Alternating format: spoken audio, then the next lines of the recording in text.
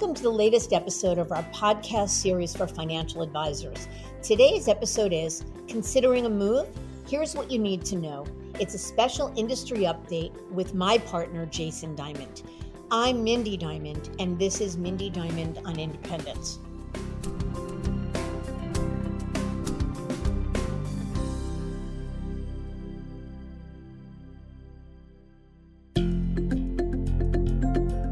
This podcast is available on our website, diamond-consultants.com, as well as Apple Podcasts and other major podcast platforms. If you are not already a subscriber and want to be notified of new show releases, please subscribe right on your favorite podcast platform or on the episode page on our website. For Apple Podcast users, I'd be grateful if you'd give the show a review. Your input helps us to make the series better and alerts other advisors like you who may find the content to be relevant. And while you're at it, if you know others who are considering change or simply looking to learn more about the industry landscape, please feel free to share this episode or the series widely. In part one of this industry update, Lewis Diamond and I discussed questions you need to ask yourself before even considering a move. That is to determine the following. Is there enough to gain from going through the hassle of a due diligence process? In this episode, we're going to pick up where we left off for those who answered yes to that question and are motivated to explore options elsewhere. Said another way, you have determined that there's enough meat on the bone to continue the conversation. Our goal in this episode is to share 4 key points to help make due diligence more thoughtful and strategic. There's a lot to discuss, so I've invited Jason to join me, so let's get to it.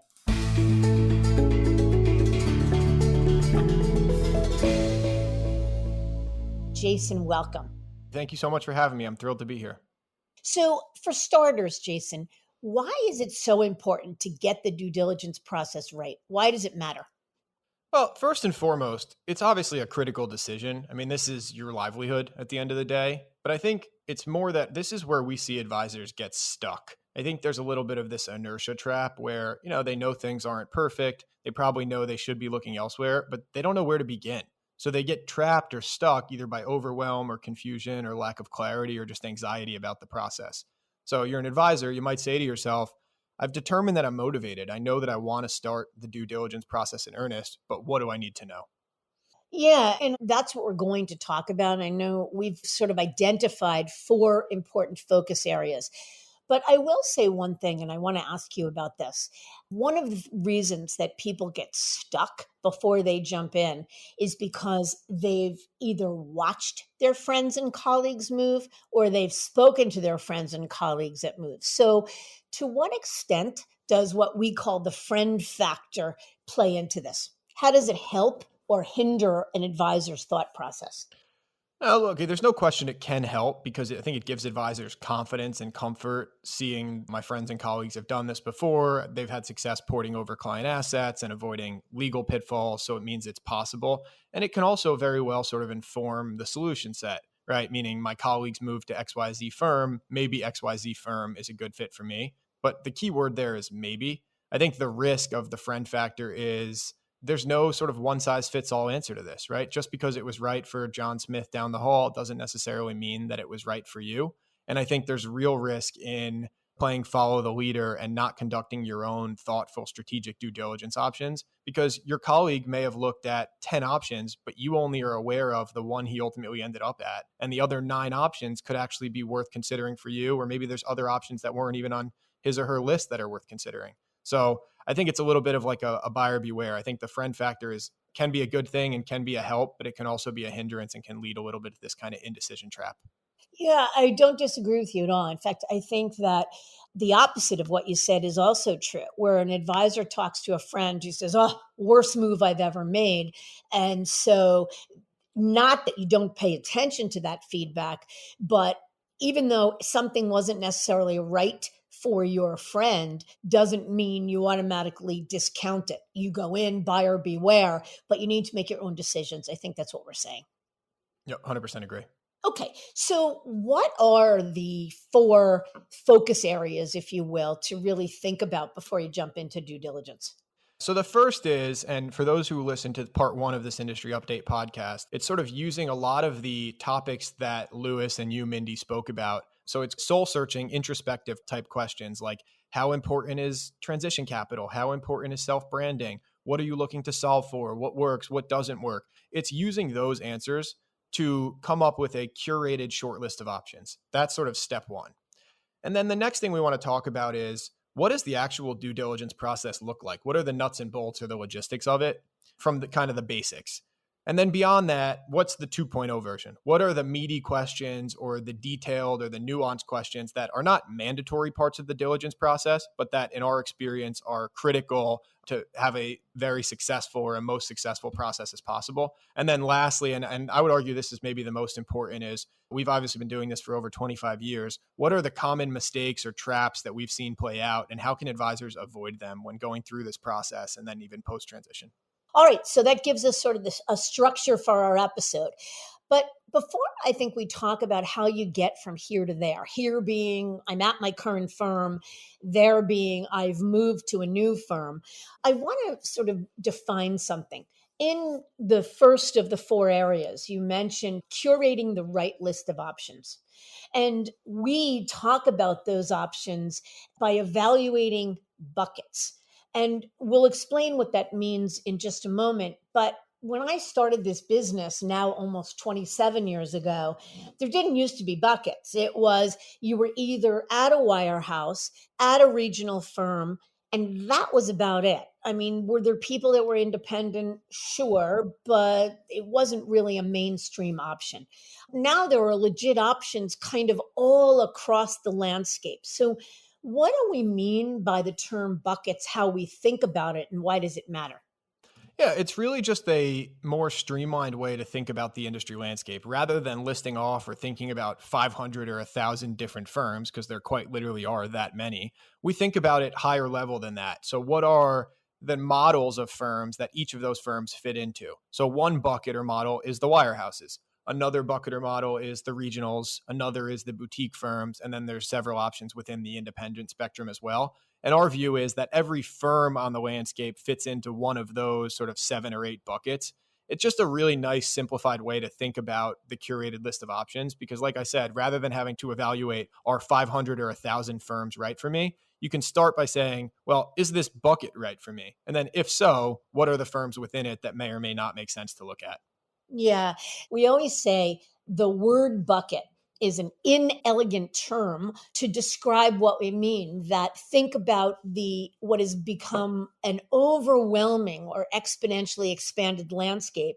Think about it in categories. First step is determine which category is right for you, and then begin to get drilled down into which firms in each of those categories is right.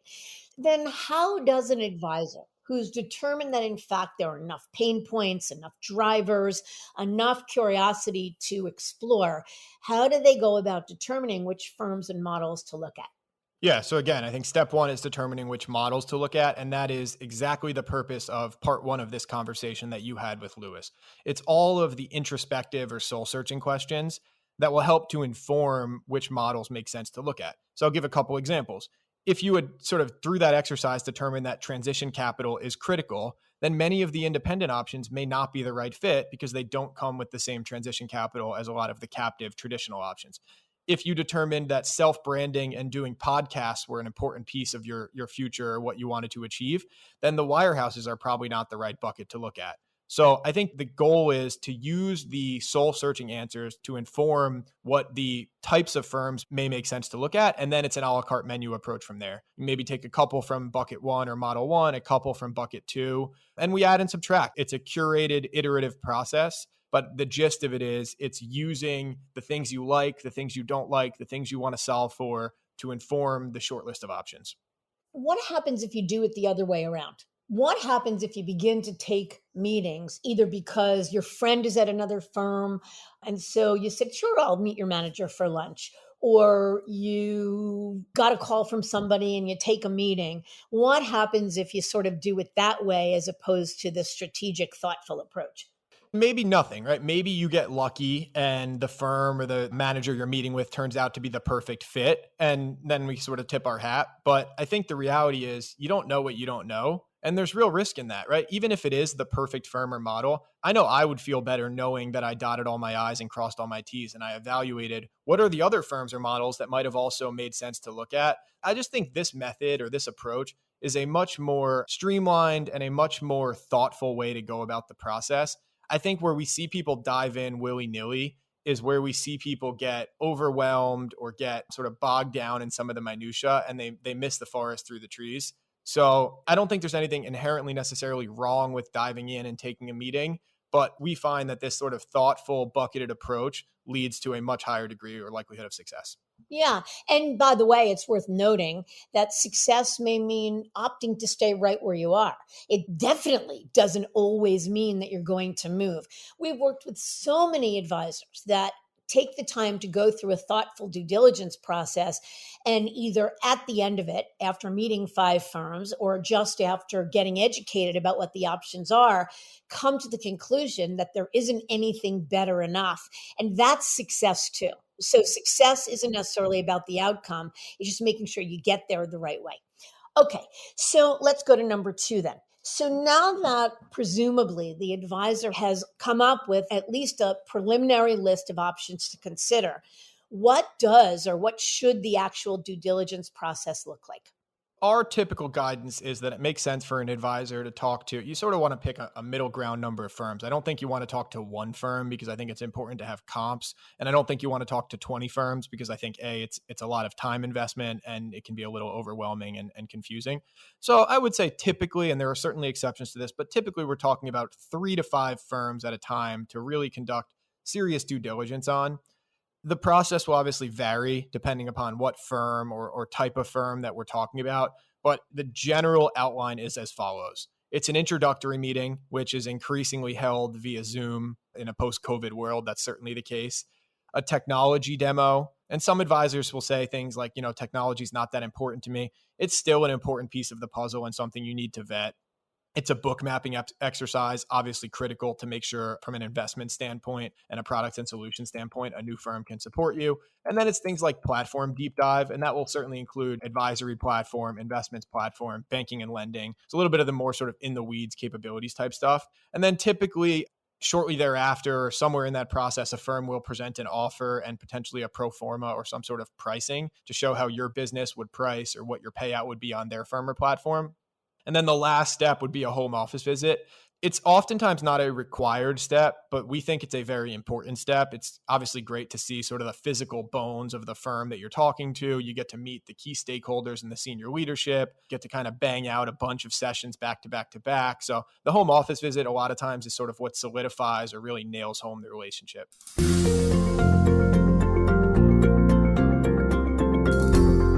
So let me ask you a question. How long does it typically take to get from step one, let's say where you're beginning to lay out a list of options, to say step five, which is a home office visit?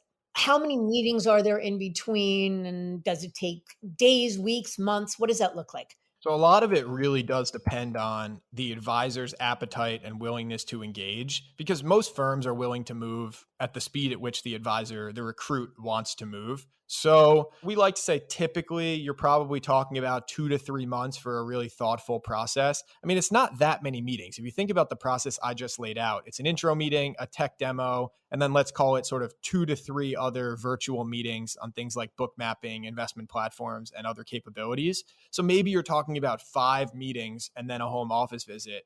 It can move fairly quickly, assuming the advisor is motivated to. But most advisors don't like this to feel like a full-time job. And oh, by the way, you're probably having those same meetings with 2 or 3 other firms, as I mentioned earlier. So I think it's probably good in an ideal world to leave yourself around 3 months for this sort of diligence process. But again, we've certainly seen this play out much quicker than that. And in some cases, it plays out over, we've seen years. Yeah, so that's a point worth making. We have absolutely seen it play out over years because the first part of what you said, where it takes 3 months, is how long it takes when it isn't a fire drill, but an advisor wants to move through the process fairly quickly. The person that takes years is less motivated to move. It's certainly not a fire drill, probably is some version of mildly curious and is casually taking meetings. And I think that while the process itself can and often is an intro meeting, a tech demo, a book mapping exercise, a platform deep dive, there are often many meetings in between where the advisor opts to meet with the recruiter or the representative, the branch manager from another firm, because what he's trying to determine through this process is really a sense of culture. What's it going to feel like to work for this representative? No, I think that's really well said. I mean, I sort of think about it in terms of like, what is the firm going to require you to vet, right? Like any firm, even if you said technology is not that important to you, they're probably going to insist that you look at a tech demo. Same with investments. I mean, most advisors would tell you investments are important, but there are some steps that the firm is going to insist or require you to take as a recruit. There are plenty of other steps where the advisor is driving the bus. I mean, I'll give you some other examples of that. We will often encourage advisors to speak with legal counsel, and that can be legal counsel of the firm that they're thinking about joining, but probably more importantly, your own legal counsel. Another, I think, really exciting step that we've seen more and more advisors utilizing in recent years is calls with other advisors. And you can do these name blind, they can be anonymous, but finding an advisor who's at the firm you're vetting, either who came from your current firm or who maybe does a similar type of business than you, I think is a great way to vet a firm and really understand what is the advisor experience like, because most advisors are straight shooters and they'll give it to you straight. So I'll give you an example. We were working with a large wirehouse advisor in the Northeast, and he did all those initial steps I laid out, the tech demo, the book mapping exercise. And he was sort of feeling like, well, sounds great, but I'm certain there are gaps in the platform that the firm is just not telling me about. So he probably did 3 or 4 different calls with advisors at the firm he was vetting. Some were from his current firm, and some, like I said, were just doing similar products or types of business. And he felt like that was way more impactful than the basic diligence steps that the firms laid out, because he was able to ask the in the weeds questions that only other advisors would know. Like literally things like, what is it like when you log on in the morning? How does the technology compare? So I think a really cool way to go about vetting a firm, and something we're seeing more and more advisors utilize. So maybe a dumb question, but when you say a name blind call, like logistically, how does that even work? So in this instance, we literally would set up conference lines, bridge lines, and we would just have both parties dial in. And the advisor who was being recruited used a pseudonym. He dialed in as John Smith. The advisor who's at the firm already obviously does not have the confidentiality concerns. But for the advisor who's being recruited, yeah, he basically just used a fake name on a bridge line. Pretty funny. And we get asked this a lot, so it's worth talking about. How worried does the advisor that is being recruited need to be about confidentiality? So, how scary a step is that to talk with an advisor who works for another firm? Well, look, it's not just that step. I mean, the reality is all advisors should be worried about confidentiality, particularly if you're going through this process. This is your livelihood, so you should be worried. But I think there's an element of trust that has to go into this, where all firms who recruit understand the need for the utmost strictest confidentiality in this process. And you just sort of have to take that leap of faith and trust that nobody is going to put you in harm's way. I mean, no firm would ever recruit again if they violated an advisor's confidentiality. So I get it. It's scary. It's your livelihood. It's your life's work. But I do think ultimately, if you sort of follow sage advice and counsel and you do things the right way, like, for example, name blind calls via bridge lines, you have nothing to worry about in that regard. Or I shouldn't say nothing to worry about, because like I said, it should be a worry, but you have nothing to fear is maybe a better way to say it. Yeah, I agree with that. One other question. You talk about the importance of hiring one's own legal counsel. Two questions about that. One, so at what point in your due diligence process is it important to hire legal counsel?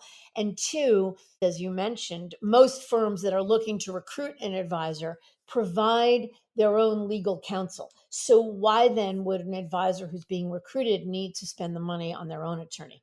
I'm going to answer these in reverse order. You don't have to spend your money on your outside your own counsel. It's certainly not a requirement. We strongly encourage it, because the reality is the attorney that's provided or appointed by the firm is inherently conflicted in some ways, right? Like he's looking out for, of course, he's looking out for your best interest as the recruited advisor, but he's also looking out for the best interest of the firm, especially since they're the one paying his bills.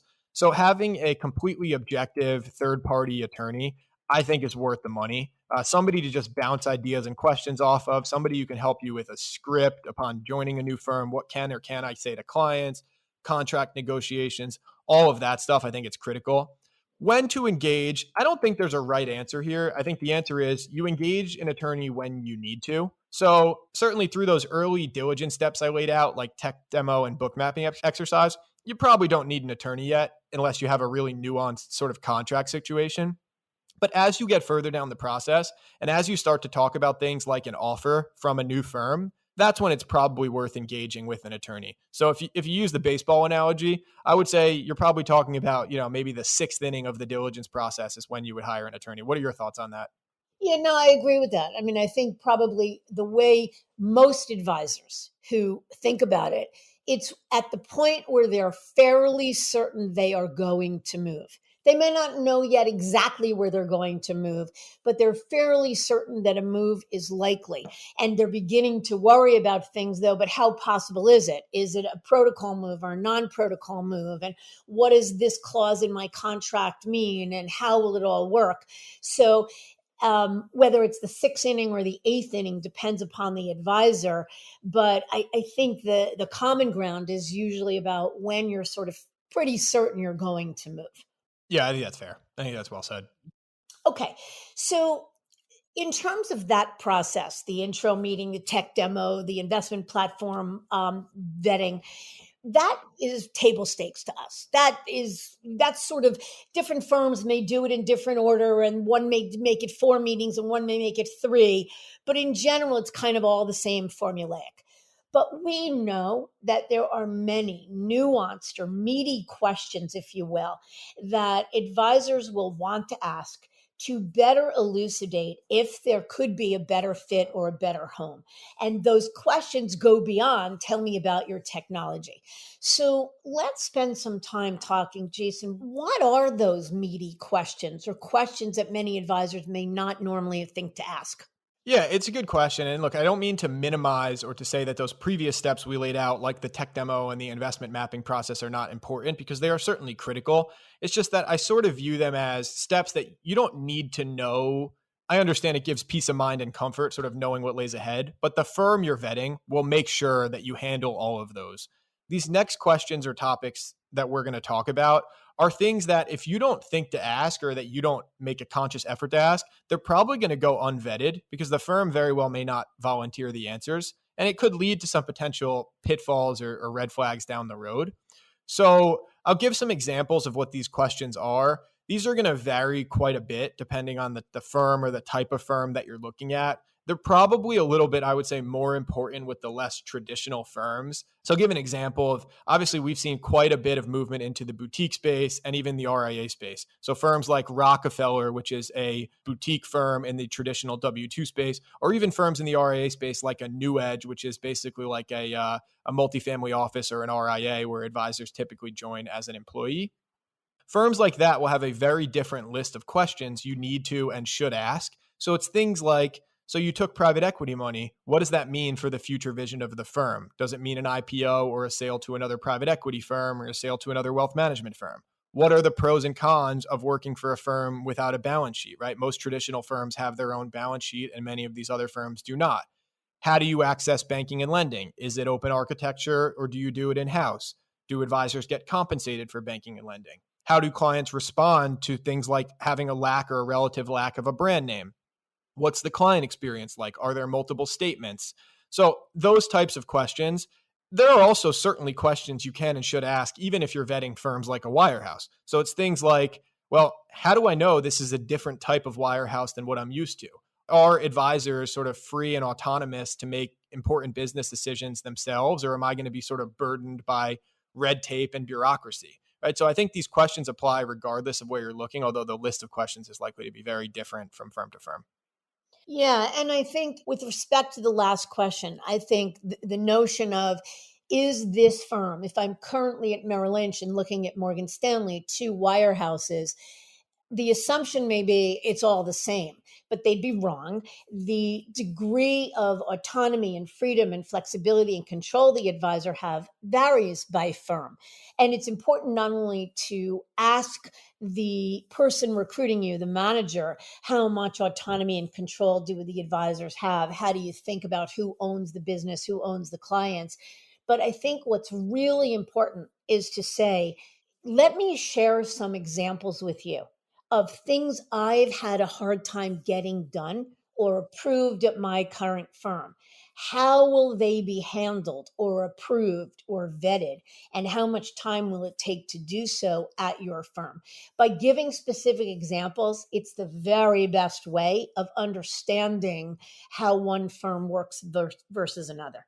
I totally agree. Specifics are key because otherwise, I think you give the firm a little too much wiggle room to sort of be political and kind of dodge the question, right? So if you keep it vague and say, is there red tape and bureaucracy? A firm's going to say, no, of course not. We're very business friendly. But when you ask specifics, like how long would it take me to get XYZ approved? They have to give a much more direct answer. I think that's really good advice.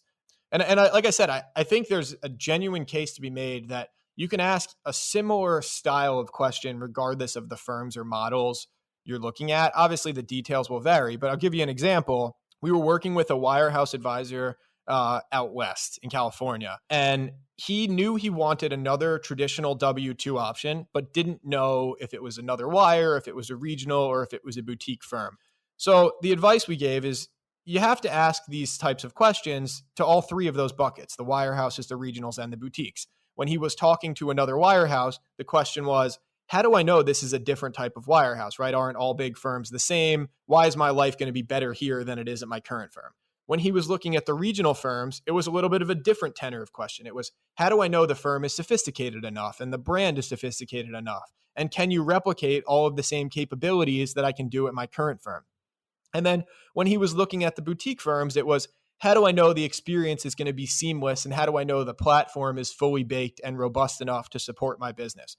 So slightly different questions, but sort of trying to get at the same thing, which is my life going to be better at this new firm? In addition to, of course, can you support my business, right? Will this new firm enable me to live my best business life?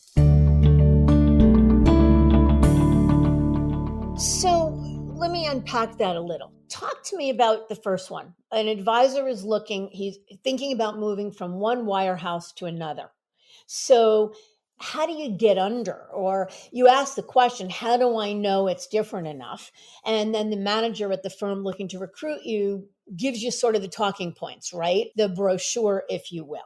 How can an advisor looking at that other wirehouse trust? How do they really ascertain the answer to the question? Is it by giving examples of some of the stuff that they're doing and determining how it's handled or how the firm thinks about it? Well, yes, that's definitely part of it. But I also think this gets back to a little of what we spoke about before with speaking to advisors that have gone before you. I really just feel like they're the best resource and they're always willing to share their experience. Not always, but 99 times out of 100, advisors are willing to share their experience with other advisors. And I think you're more likely to get the unfettered, unfiltered version of the truth from another advisor. So, yes, it's important to ask the detailed questions, but I also like the advice we gave before, which is talking to other advisors that look and feel like you and or other advisors that have just gone through a very similar process to what you're going to go through. Probably the best way to get to the truth. Yeah, love it. I agree with that totally. So let me ask you this one because you've obviously had tremendous experience transitioning advisors to every firm and model and bucket on the street. So probably the question we get asked maybe most commonly, and it's the right question that advisors should be asking is, what are the traps I might walk into, the landmines? What are some mistakes my colleagues or my peers have made? And how might I potentially avoid them? So I'm talking about things that could potentially derail a successful move. Can you give a couple examples and maybe some strategies to combat some of those? Yeah, great question. So I think the most important one is an advisor not going deep enough or asking the right questions during the due diligence process. And that most often happens when an advisor rushes through the process, when an advisor either has a timeline in their head, I want to get this done in 3 months, or doesn't take the time to have multiple meetings to really assess culture. So kind of gets it wrong. And I know you mentioned offline, Jason, you have an example of this one. Yeah. So look, I think that we've unfortunately probably seen this one play out quite a few times. And a lot of times this is a case of you don't know what you don't know. But we were working with an advisor, a wirehouse advisor who was transitioning to a boutique firm. Thankfully, ultimately, they got it right. But there was a little bit of a scary moment, I think, during the transition process when the advisor was just about ready to transition and realized that there was a specific type of loan that he had in just a small sleeve of his book, but it was not properly vetted by the firm he was moving to. I think they talked about it in broad strokes, but they didn't talk about it in enough detail. And it was ultimately potentially one of those situations where if he couldn't solve for this, he was at the risk of not being able to move those client accounts over. So there are countless examples of this, but I think you said it well. Oftentimes, this is just a matter of be thorough and take the time to ask every single question related to your book of business and your clients.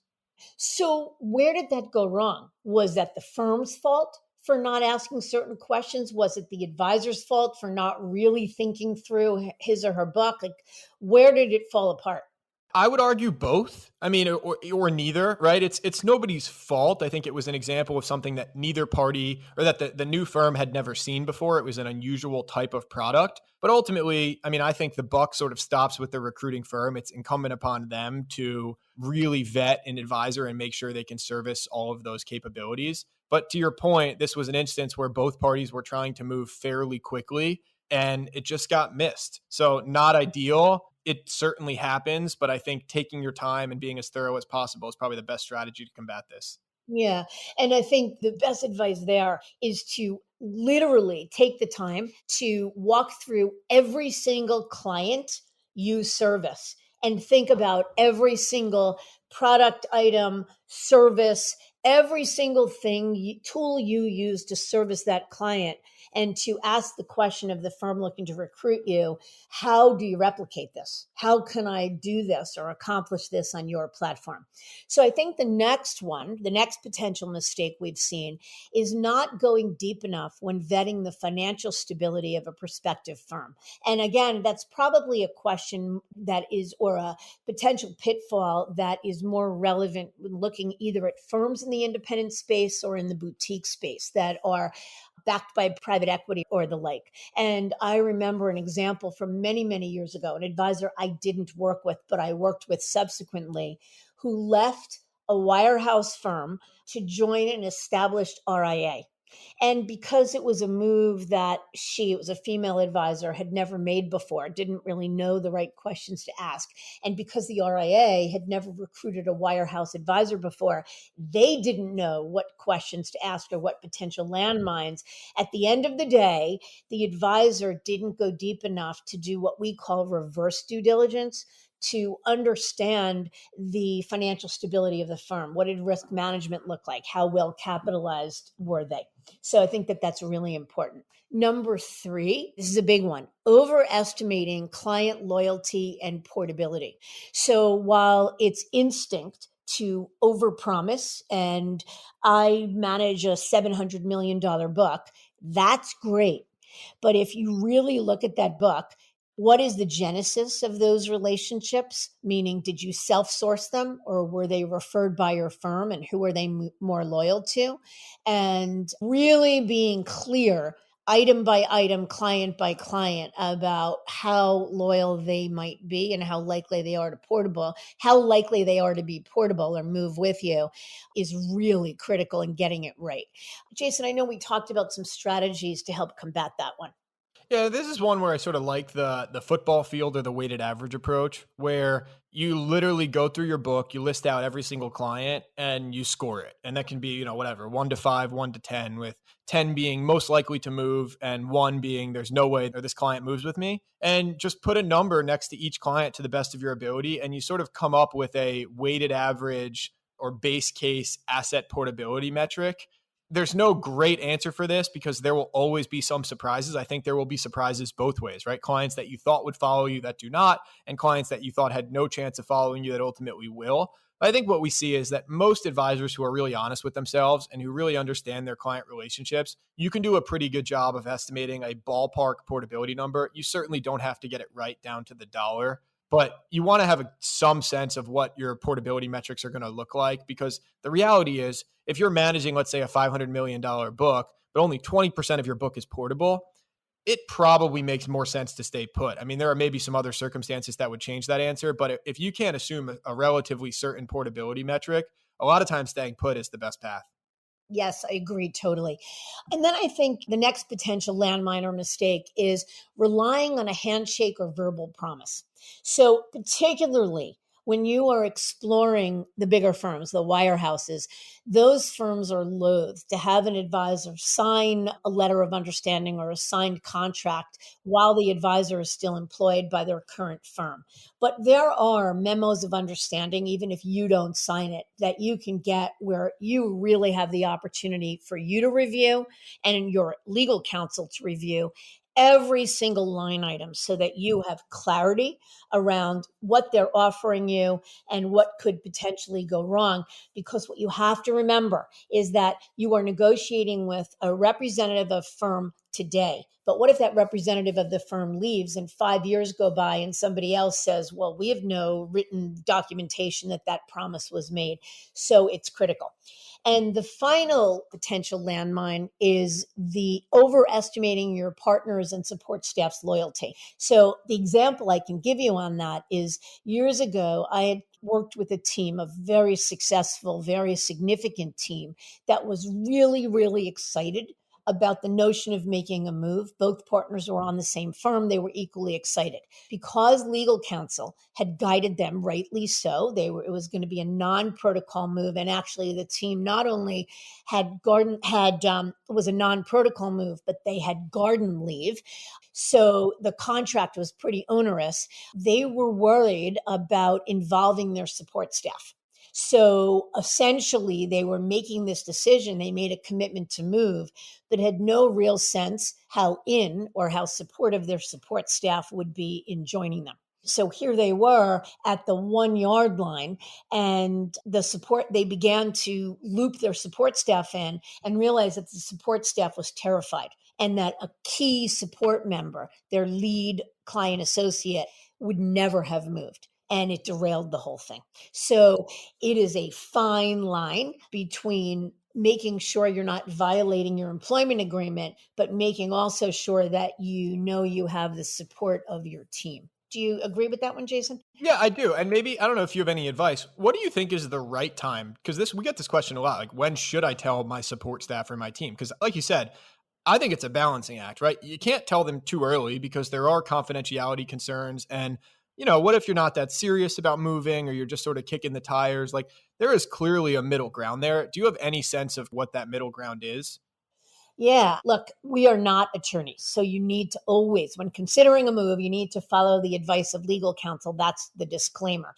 But to avoid this last pitfall or the example I just gave you, at some point in the process, whether it be because you want a key support person to vet the technology from an operational perspective, and you just don't have the ability to vet the operational part of it because it's just not in your wheelhouse, at some point you need to involve the support staff.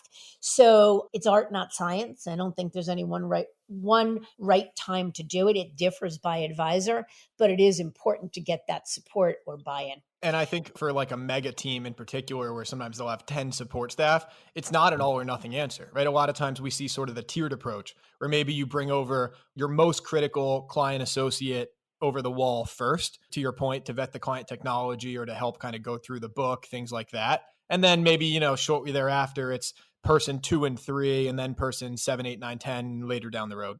Yes, that is absolutely right. And we see that most often.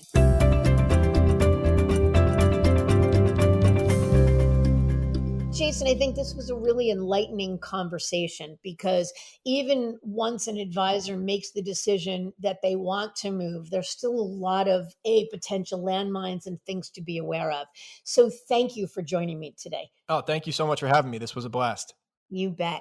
So, no doubt, the process of considering change can be a daunting one. But when approached first from the perspective of, should I consider a move? And then conducting due diligence with a goal and a plan, a thoughtful plan, the path becomes much clearer.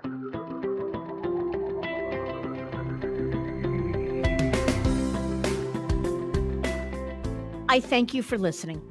And I encourage you to visit our website, diamond-consultants.com, and click on the tools and resources link for valuable content. You'll also find a link to subscribe for regular updates to the series. And if you're not a recipient of our weekly email, Perspectives for Advisors, click on the articles link to browse recent topics. These written pieces are an ideal way of staying informed about what's going on in the wealth management space without expending the energy that full-on exploration requires. You can feel free to email or call me if you have specific questions.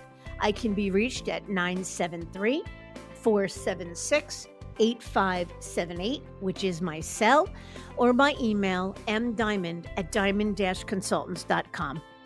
Please note that all requests are handled with complete discretion and confidentiality.